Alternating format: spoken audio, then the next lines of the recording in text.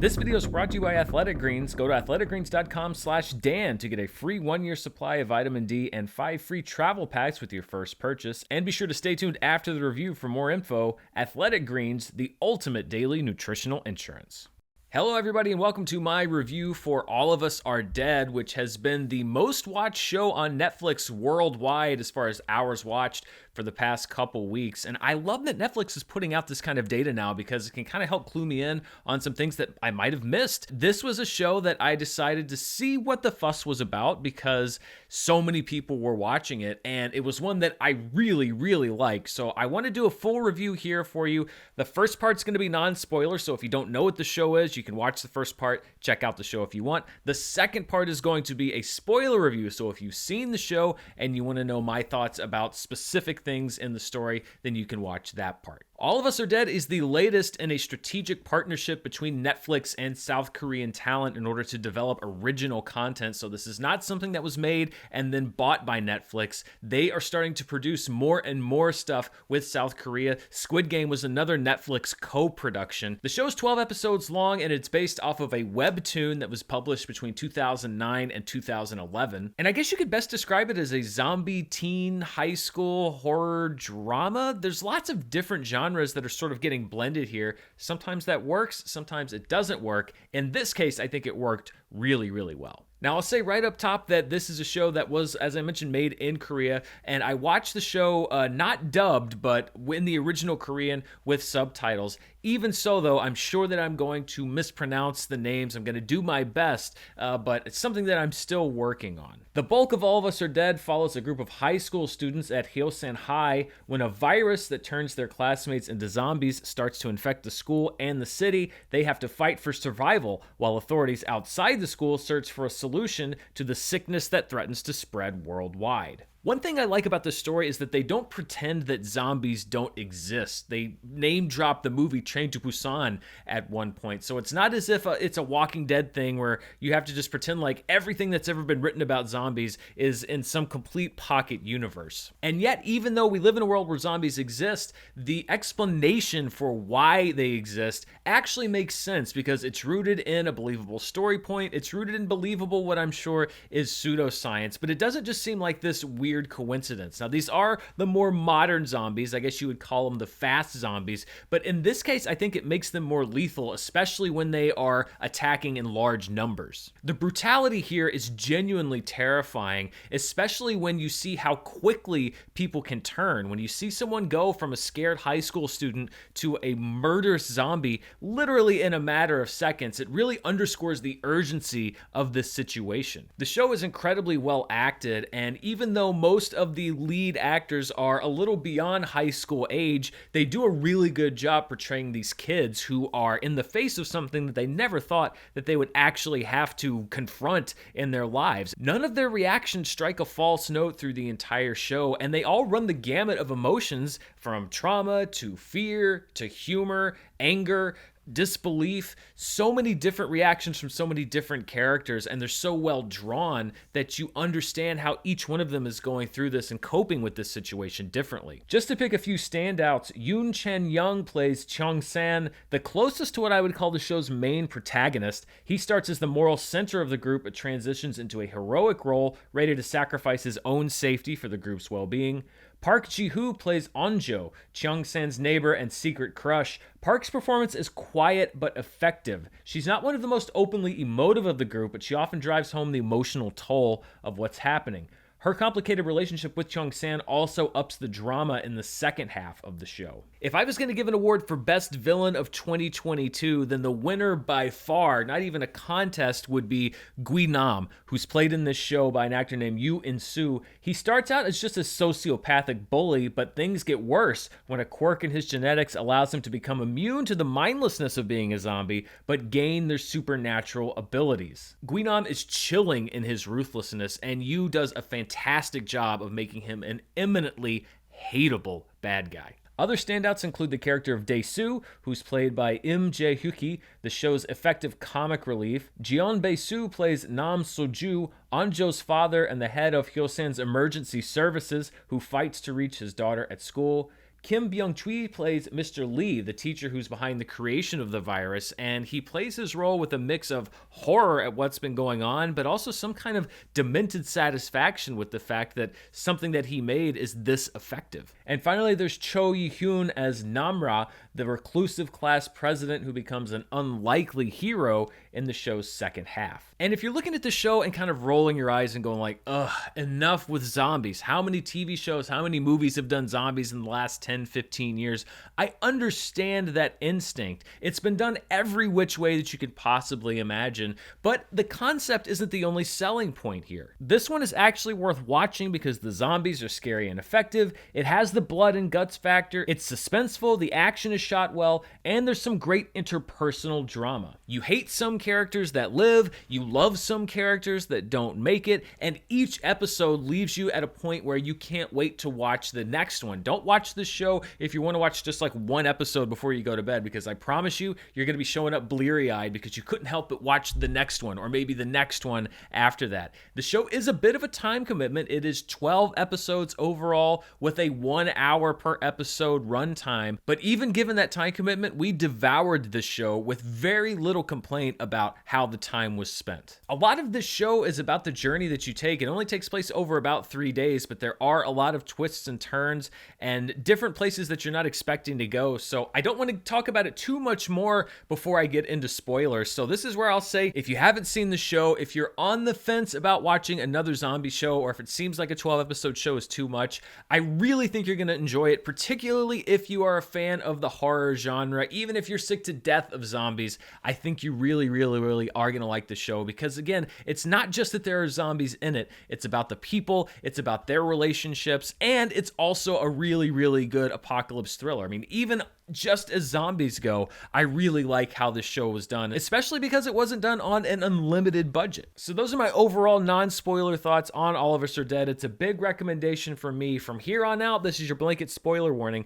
I'm going to be talking about specific elements of the show that I liked, which includes spoiling plot points that happen throughout the season. So get ready, because spoilers are coming in 3, 2, 1.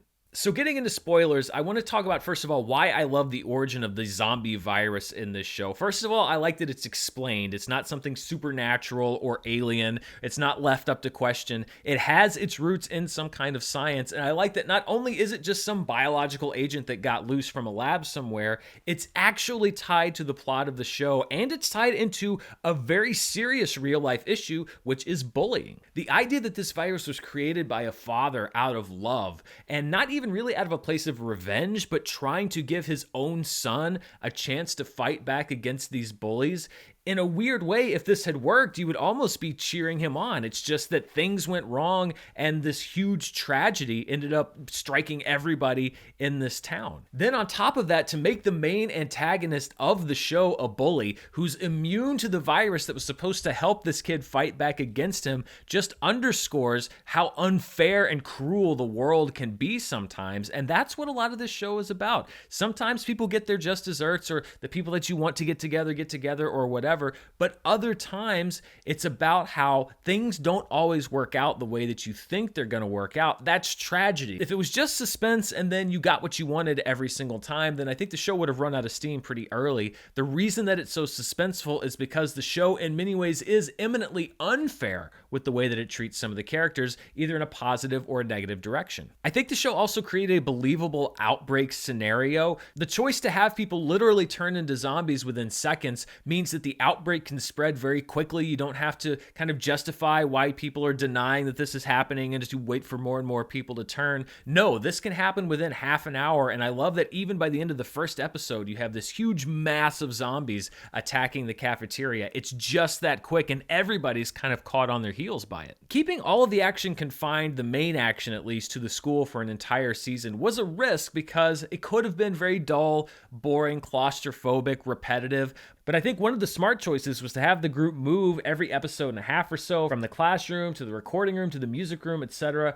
Lengthwise, I do think the show could have possibly been a couple episodes shorter. I think all the stuff with the kids at the school was great, but there was some other stuff like the cops who are out in the town and they find the baby and then the other little girl, and the political intrigue stuff with the council member. Not that it was necessarily bad, but looking back on the season as a whole, I think you could have probably pared this down to 10 episodes and not had those things. The more we were focused on the kids and on the school, and then on the actions on the outside that directly impacted them, the more I was into the show. Some of these other side storylines I think could have been pared away and trimmed down. One of the things that actually kept me so invested and engaged with the kids at the school was the sense of loss that we would get every time a character would die. In order for you to care about these characters, you have to believe that they care about each other and that these kids aren't just fodder for zombies, and you need that emotional impact. And I love what the show did with the flashbacks, such as on Joe's flashback to shopping and having fun with Isak as she becomes a zombie.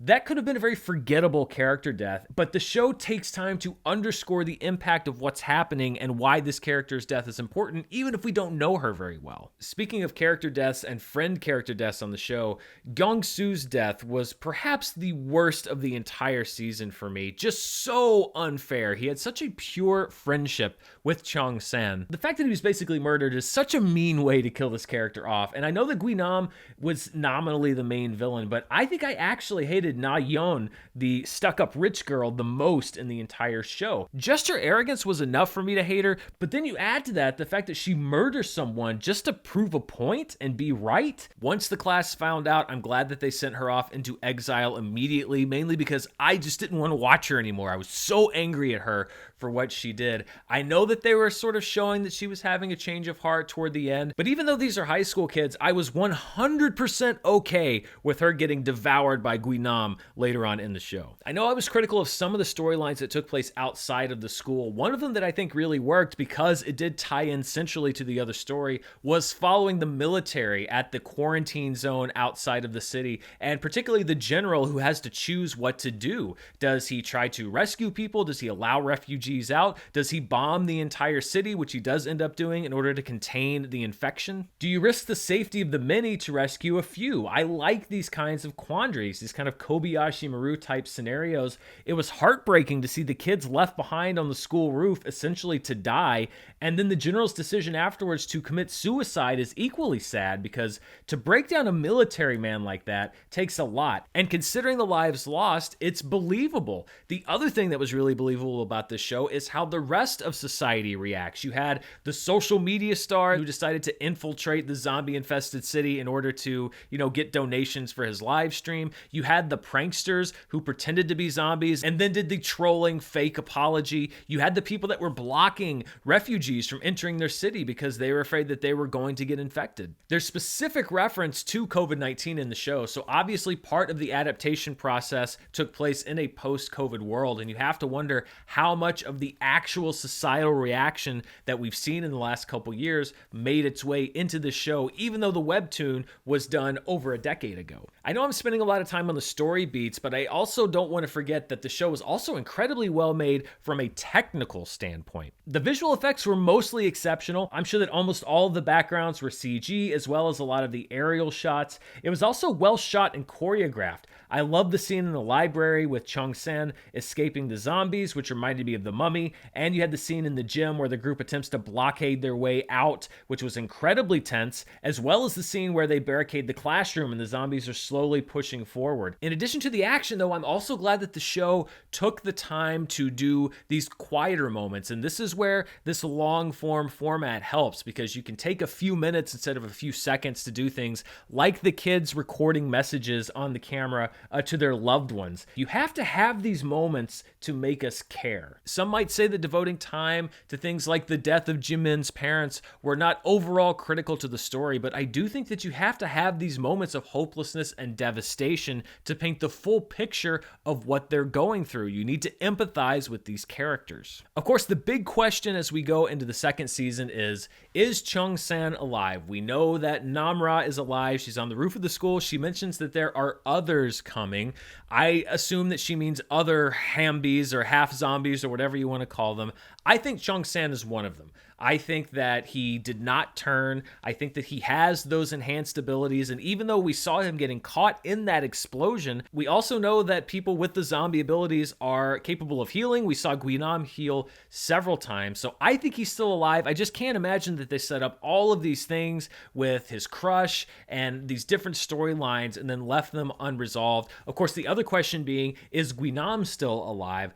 I actually kind of hope not, even though he was such a great villain in this first season, because if you bring him back, there's only a couple different things you could do with him. One, you give him some kind of redemption arc, which I don't really want to see or care to see, or two, he stays a bad guy, and I feel like we did so many different beats with him this season. As great as they were, if you were to keep doing it, it might feel a little repetitive. I say let Guinam stay the big bad of season 1 and bring on someone or something different for season 2. And I'm actually really excited to see where they go in the second season. I hope they don't sprawl too much. I think that's where The Walking Dead really went wrong, was you start centered on a very small cluster of survivors, and then it just sort of sprawled, and you bring in 4 times as many characters, and you lose that central focus. I think as long as the story remains focused on these characters, remains focused on their relationships with each other, and I think even this small time constraint, let me see a crisis in season 2 that takes 2 or 3 days to solve, that sees them working together closely, that has the time for us to breathe and see these character moments actually develop. I think that there's a lot of potential for this show, and it's yet another great effort between Netflix and this talent in South Korea. And this is one of the things that I love about Netflix right now, is they're really leaning into this idea of bringing artists from all around the world into your living room. Every week when I'm doing charts, I'm talking about movies that are being watched all around the world, not just from English-speaking countries, or not even just from the larger countries. We were looking at it today. There was a movie in the top 10 from Poland, a movie in the top 10 from Turkey. We now have the most watched television show globally from South Korea. It was the most watched show here in the United States last week. This is great because it's showing that great art doesn't know language or geographical boundaries. It's just about great stories and the dedicated artists who want to tell them. But what did you think? Was it more of the same for you? Did you like this teenage drama zombie show? What do you think is going to happen in season 2? Let me know down in the comments below. And as always, thank you so much for watching. I also want to thank Athletic Greens for sponsoring today's review. I've been talking about them a lot on the channel for a reason. 2022 is a big year for me as far as looking after my own health and well-being, and something that I've incorporated into my daily routine is Athletic Greens. I can either just throw it into a cup of water, or if I want to mix it up into a smoothie, I do that in the mornings. And what Athletic Greens does is provide you with so many things that your body needs. It's called nutritional insurance for a reason. It's making sure that you are getting what you need to function on a daily basis. Vitamins, probiotics, all in one convenient scoop. You don't have to take all these different supplements, all these different pills that cost a lot more than just buying a packet of Athletic Greens does. It's full of great stuff, and it actually tastes good, which is a great quality for something that you're going to drink on a daily basis to have. And to make it easy, Athletic Greens is going to give you a free 1-year supply of immune-supporting vitamin D and 5 free travel packs with your first purchase. All you have to do is visit athleticgreens.com/Dan. Again, that is athleticgreens.com/Dan, D-A-N, to take ownership over your health and pick up the ultimate daily nutritional insurance. Thank you, Athletic Greens, for sponsoring the show, and thank you for watching. I'll see you next time. Until then, stay safe. Bye.